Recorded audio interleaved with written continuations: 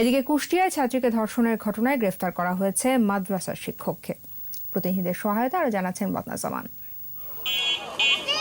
নির্যাতিতা মাদ্রাসার আবাসিক ছাত্রী। তার পরিবারের অভিযোগ, তাদের মেয়ে প্রায়ই নির্যাতনের শিকার হতো মাদ্রাসা সুপার মাওলানা আব্দুল কাদেরের কাছে। সবশেষ রোববার ধর্ষণের বিষয়টি কাউকে না জানানোর জন্য মেয়েটিকে শাসিয়ে দেয় মাদ্রাসা সুপার।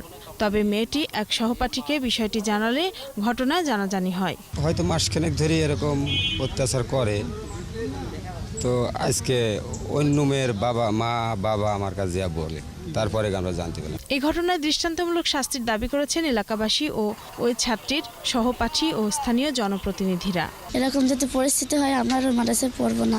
দৃষ্টান্তমূলক শাস্তি, সর্বোচ্চ যে শাস্তি হয় সেই শাস্তি আমরা চাই। পুলিশ ঘটনা তদন্ত করে দোষীকে শাস্তির আওতায় আনার আশ্বাস দেন। পুরো বিষয়টা আমরা তদন্ত করে দেখছি এবং তদন্তের আমাদের কিছু অগ্রগতি আছে এবং এই তদন্তে যারই নাম আসবে কেউ ছাড় পাবে না।